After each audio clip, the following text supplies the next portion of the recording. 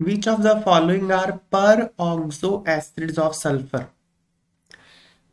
पहले तो ये समझना पड़ेगा पर ऑक्सो एसिड होता कौन है। पर ऑक्सो एसिड वो होता है, पहले समझो ऑक्सो एसिड क्या होता है। ऑक्सो एसिड वो होता है जिसमें इस तरह का कोई लिंकेज हो, कोई एलिमेंट होता है X double bond O O H, इस तरह का अरेंजमेंट हो, उसको ऑक्सो एसिड कहते हैं। ठीक है ना।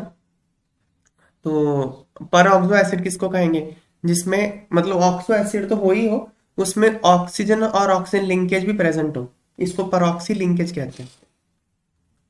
परऑक्सी लिंकेज कहते हैं इसको। ऑक्सीजन ऑक्सीजन तो ऑक्सो एसिड जिसमें ऑक्सीजन ऑक्सीजन लिंकेज है उसको परऑक्सो एसिड कहते हैं। तो अब इसमें से पूछा कौन है, तो ये है एक तो, ये दोनों ही है, ये आपको याद करने पड़ेंगे इनके। ये इसको कैरोज एसिड कहते हैं। यह है परऑक्सो मोनोसल्फ्यूरिक एसिड, यहाँ लिखा हुआ है H2SO5 is peroxo monosulphuric acid and ये H2SO8 आएगा। H2SO8 is peroxo di sulphuric acid, इसके और नाम भी होते हैं, इसको कैरोज एसिड भी कहते हैं। कैरोज एसिड, इसको मार्शल्स एसिड कहते हैं, याद करना ये मार्शल्स एसिड। तो ये दोनों परऑक्सो एसिड्स ही हैं, ये देखो इनकी स्ट्रक्चर बनी हुई है ना, H2SO5 और H2S2 H2SO, ये H2S2O8 है ये। ठीक है ना, दोनों की स्ट्रक्चर ये बनी हुई है। तो देखो ऑक्सीजन लिंकेज है नहीं है इसमें, परऑक्सो एसिड है दोनों ही। तो ये तो हो गया ये ओलियम है, ये H2S2O7। ये देखो H2S2O7, ये कैसे बनता है H2SO7, pyrosulphuric acid. Pyrosulphuric acid देखो कैसे बनता है, पायरो कैसे बनता होता है, दो ऑर्थो ले लो, उसमें से एक वाटर रिमूव कर दो तो क्या बनता है पायरो, ये नॉमेनक्लेचर का रूल है। ऑर्थो सल्फ्यूरिक एसिड मतलब ये सल्फ्यूरिक एसिड है देखो।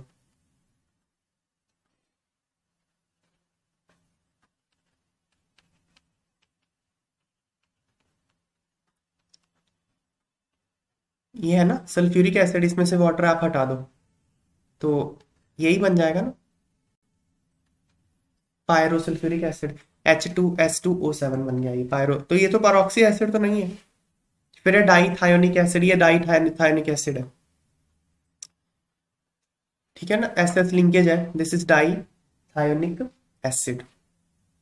तो कौन आंसर क्या आ गया, फर्स्ट आंसर आ गया, ये दोनों परऑक्सो एसिड्स थे सल्फर। तो ये एसिड्स याद करने।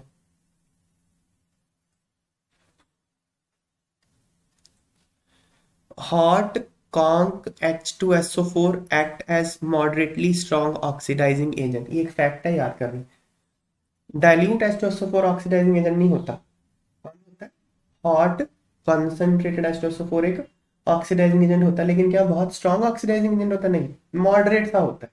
ठीक है, it oxidises both metals and non metals, वो मेटल्स और नॉन मेटल्स दोनों को ऑक्सीडाइज कर देता है। Which of the following element is oxidised by conc H2SO4 into to gaseous products, ये है। तो देखो टू टू गैशियस प्रोडक्ट है, देखो जब ये ना ऑक्सीडाइजिंग एजेंट का काम करेगा खुद तो रिड्यूस हो जाता है, खुद रिड्यूस होगा तो अब ये कौन सी ऑक्सीजन स्टेट में है, +6 में है, ये खुद रिड्यूस होगा तो +4 में चला जाता है, SO2 बन जाता है। SO2 एक तो गैशियस प्रोडक्ट आएगा ही आएगा। दूसरा गैशियस क्या, देखो कॉपर को प्लस, कॉपर को ऑक्सीडाइज कर देगा कॉपर 2 प्लस में, कॉपर सल्फेट बन जाएगा, वो तो कोई गैस तो बनी नहीं। सल्फर को तो ये SO2 में ऑक्सीडाइज करता है, तो SO2 में कर देगा तो एक ही गैस है, खुद खुद भी SO2 बन गया। कार्बन को ये कार्बन डाइऑक्साइड में करेगा ऑक्सीडाइज। ठीक है ना, तो कार्बन डाइऑक्साइड भी गैस है और SO2 भी गैस है, खुद रिड्यूस हो गया SO2 में। जिंक को वो जिंक 2 प्लस में करेगा, तो एक्वस फॉर्म में तो जिंक सल्फेट ही बनेगा वो। तो आंसर क्या आ गया, कार्बन के साथ CO2। तो ये रिएक्शंस नहीं रटनी होती हैं आपको, H2SO4 तो हमेशा SO2 ही बनाएगा रिड्यूस होके, और कॉपर को रिड्यूस होके कॉपर 2 प्लस ही बनाएगा ना, सल्फर को SO2 बना देगा, कार्बन को कार्बन डाइऑक्साइड, जिंक को जिंक 2 प्लस बना देगा।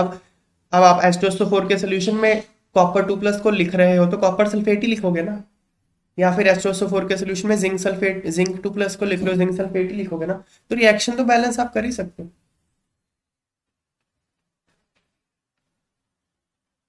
Which of the following reactions conc H2SO4 is used as oxidising agent, हाँ इनमें से किसमें वो ऑक्सीडाइजिंग एजेंट की तरह काम कर रहा है? फर्स्ट रिएक्शन देखो जरा, फर्स्ट रिएक्शन में किसी भी स्पीशी का ऑक्सीडेशन नंबर चेंज हुआ है? देखो बताओ, नहीं हुआ ना। कैल्शियम का 2+, कैल्शियम तो वैसे भी होता नहीं ऑक्सीडाइज, 2+। क्लोरीन का यहाँ पे -1, यहाँ पे -1। सल्फेट आयन तो सल्फेट आयन की तरह ही पड़ा, कुछ नहीं हुआ उसको। H+ ही पड़ा, कुछ भी नहीं हुआ, किसी को कुछ हुआ ही नहीं। तो ये तो नहीं है ना, तो ये तो डॉक्स रिएक्शन नहीं हुई, ठीक है ना।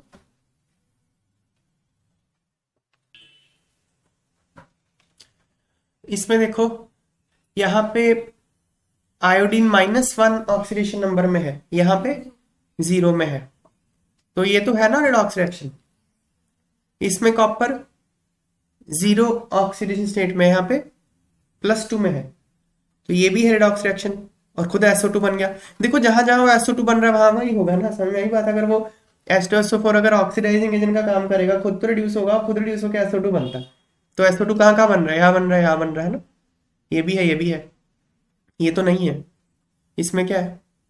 यहाँ तो कुछ नहीं हुआ, यहाँ तो इसने एक H+ इसको दे दिया बस, या तो एसिड बेस रिएक्शन हो गई। ये भी नहीं है, टॉक्स तो नहीं है ये, HCl बन गया। देखो ये जो रिएक्शन नंबर 1 और रिएक्शन नंबर 4 है ना, ये पता क्यों होती है? This occurs because of low volatility of H2SO4। H2SO4 में H बॉन्डिंग ज्यादा होती है, इसलिए वो कम वॉलेटाइल है। ये दोनों क्या है? ज्यादा वॉलेटाइल है, तो इसलिए रिएक्शन फॉरवर्ड चली जाती है। तो ये लो वॉलेटिलिटी की वजह से हो रही है। तो 2 और 3 आंसर्स आ गए। In the preparation of H2SO4 by contact process, why is SO3 not absorbed directly in water to form H2SO4? ये समझते हैं पहले तो कॉन्टैक्ट प्रोसेस है क्या। कॉन्टैक्ट प्रोसेस ना इंडस्ट्रियल प्रोसेस है सल्फ्यूरिक एसिड बनाने की। उसमें क्या करते हैं? 3 स्टेप का प्रोसेस है, सिंपल सा प्रोसेस। स्टेप 1 में क्या करते हैं? किसी सल्फाइड ओर को ले लेते हैं या सल्फर को ले लेते हैं, उसको बर्न करते हैं और SO2 बना लेते हैं। मैं फिलहाल सल्फर ले लेता हूँ।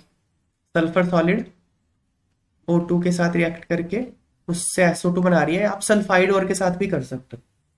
स्टेप 2, इसकी ऑक्सीडेशन करते हैं, ये रिएक्शन होती है, इसकी कैटालिटिक ऑक्सीडेशन करी जाती है। गैस है, gas plus O2 gas, V2O5 catalyst होता है, प्रेशर 2 बार, टेम्परेचर 720 केल्विन, 2SO3 गैस बनेगा। ये रिएक्शन आपको कंडीशंस और कैटलिस्ट दोनों याद रखने। अब SO3 बन गया। SO3 को आप क्या करो, दो काम कर सकते थे। या तो आप अब SO3 को पानी में डाल दो, डायरेक्टली वाटर में डाल दो, H2SO4 तो बन ही जाएगा। पर ऐसा करते नहीं है। क्यों नहीं करते ऐसा? क्योंकि अगर आपने SO3 को सीधा पानी में डाला, ये रिएक्शन हाईली एक्सोथर्मिक है। हाईली एक्सोथर्मिक है, इसके वेपर बन जाएंगे। इसके वेपर बन के आपकी जो भी लेड पाइप्स है सारे, मतलब जो भी इंडस्ट्री में बन रहा है H2SO4 उड़ के वो सब जगह चला जाएगा ना, लेड पाइप्स वगैरह में, इसको डैमेज करेगा फिर ये। तो इसलिए आप SO3 को डायरेक्टली पानी में अब्सॉर्ब नहीं करते। तो क्या करते हो आप? SO3 को H2SO4 में अब्सॉर्ब करते हो। कॉन्सेंट्रेट H2SO4 पहले से लिया होता है, उसमें SO3 को अब्सॉर्ब किया जाता है, ओलियम बनाते हैं H2S2O7, ये बन जाता है। इसमें फिर आप पानी डाल लो। आपको H2SO4 ही बनाना है, इसमें वाटर डाल लो। इसमें वाटर डाल के आप H2SO4 को बना सकते हो, डाइल्यूट हो जाएगा। ऐसे करते हैं, डायरेक्टली नहीं करते। ये लिखा हुआ है। ये जो एक्सट्रीमली एक्सोथर्मिक रिएक्शन है, SO3 dissolution in water is extremely exothermic. This forces the sulfuric acid to form mist of tiny droplets which do not condense easily and are highly corrosive and corrode the lead pipes and linings of covering the tower contact process. इसलिए वो पहले oleum बनता है, फिर उसमें पानी डाल लेते हैं।